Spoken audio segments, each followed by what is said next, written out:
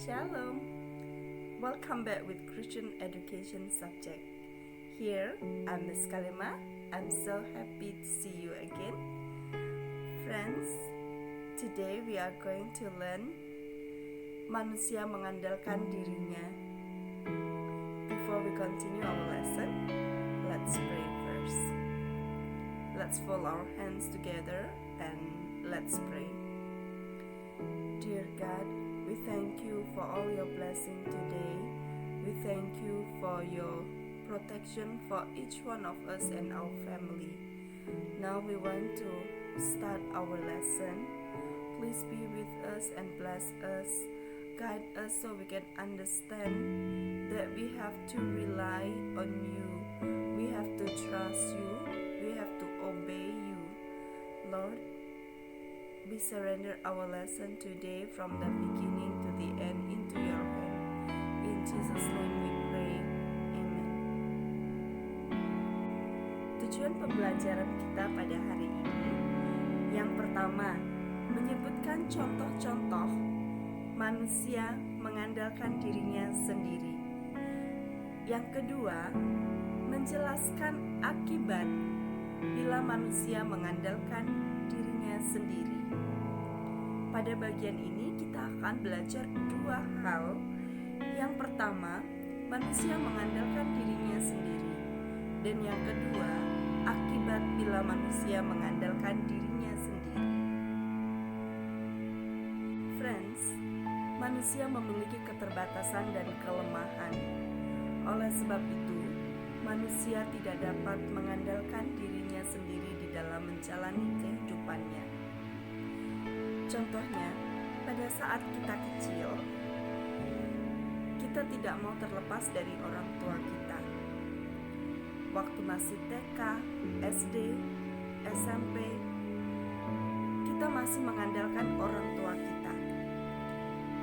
Bahkan orang tua kita masih selalu memperhatikan sekolah kita. Orang tua kita mengantarkan ke sekolah, menjemput tepat waktu. Menginjak mulai SMA dan lanjut kuliah dan masuk ke dunia kerja, biasanya sudah mulai merasa dirinya bisa melakukan dan tidak membutuhkan pertolongan orang tua. Dirinya merasa bisa melakukan sendiri, mampu melakukan segala sesuatunya sendiri. Namun, tidak menjadikan diri kita menjadi sombong, tidak menjadikan diri kita menjadi orang yang mengandalkan diri sendiri. Karena ketika kita mengandalkan diri sendiri, merasa diri paling bisa, akan membuat kondisi menjadi tidak baik. Seperti yang dilakukan oleh Raja Asa yang dikisahkan di dalam 1 Raja-Raja pasal yang ke-15 ayat yang ke-9 sampai 24. Raja Asa pada awalnya ia hidup takut akan Tuhan. Masa pemerintahannya sangat panjang dan dalam masa pemerintahannya sangat diberkati oleh Tuhan karena dia hidup mengandalkan Allah. Pada saat dia mencapai pada puncak kejayaannya, dia mulai sombong. Dia merasa bahwa apa yang dia capai itu oleh karena kehebatannya. Dia tidak lagi mengandalkan Tuhan, tetapi ia mulai mengandalkan manusia. Namun suatu waktu, semuanya berubah. Raja Asa mengandalkan pertemanannya dengan Raja Aram. Raja Asa ingin memperluas wilayah pemerintahannya. Ia meminta pertolongan kepada Raja Aram. Raja Aram memiliki kekuatan tentara yang hebat. Raja Aram memiliki panglima-panglima yang selalu menang dalam berperang. Itulah sebabnya Raja Asa meminta pertolongan kepada Raja Aram. Namun, apa yang dilakukan oleh Raja Asa ini ternyata telah menyimpang dari jalan Tuhan. Raja Asa tidak lagi mengandalkan Allah dalam pemerintah. Raja Asa justru mengandalkan manusia. Manusia itu tentu punya kelemahan. Biasanya manusia meminta pamrih bila memberi pertolongan. Itulah yang dilakukan Raja Asa.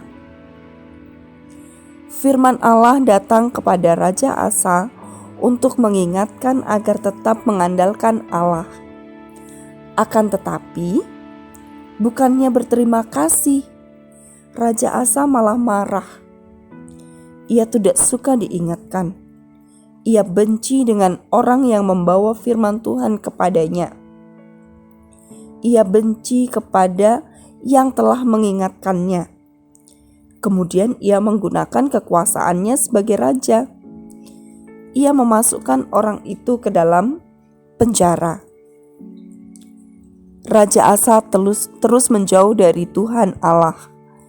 Ia semakin mengandalkan kekuatannya sendiri. Ketika ia sakit, ia tidak lagi meminta pertolongan kepada Allah. Ia justru meminta pertolongan kepada tabib-tabib. Tabib adalah dokter, tetapi mereka tidak seperti dokter zaman sekarang. Mereka dokter, tapi mereka menyembuhkan orang sakit dengan mantra-mantra. Mereka menyembuhkan dengan kekuatan dewa-dewi. Sampai pada kematiannya, Raja Asa terus mengandalkan dirinya sendiri. Raja Asa telah hidup meninggalkan Allah. Teman-teman, apa akibatnya bila kita mengandalkan diri kita sendiri? Ya, tentunya manusia adalah manusia yang terbatas. Ketika kita mengandalkan diri kita sendiri, ataupun kita mengandalkan orang lain di dalam kehidupan kita, maka kita akan merasa tidak tenang. Orang lain yang kita mintai pertolongan akan minta pamrih kepada kita, minta imbalan kepada kita. Contohnya, pada saat ulangan misalnya, kamu meminta contekan kepada temanmu. Nah, suatu ketika pada saat ulangan juga, temanmu akan meminta contekan kembali kepadamu. Dan akibatnya kamu akan merasa tidak tenang. Dan bila ketahuan, pasti kamu akan menjadi dapat nilai 0. Dan juga ketika kamu mengandalkan dirinya sendiri, merasa diri paling mampu. Orang yang merasa dirinya paling mampu melakukan segala sesuatunya disebut orang yang sombong.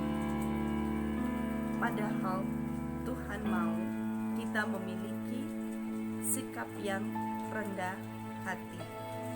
Ketika kita diberi kemampuan oleh Tuhan untuk dapat melakukan segala sesuatu, kita tetap harus memiliki sikap yang rendah hati. Jangan merasa bahwa kemampuan yang kamu miliki adalah kehebatanmu, tetapi itu semua karena pemberian Allah. Baik teman-teman, kita akan menyimpulkan pelajaran kita hari ini.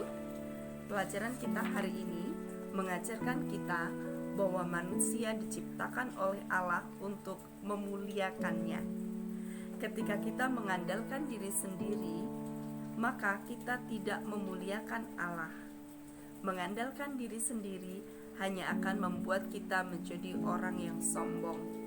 Orang yang sombong tidak akan mempunyai banyak teman.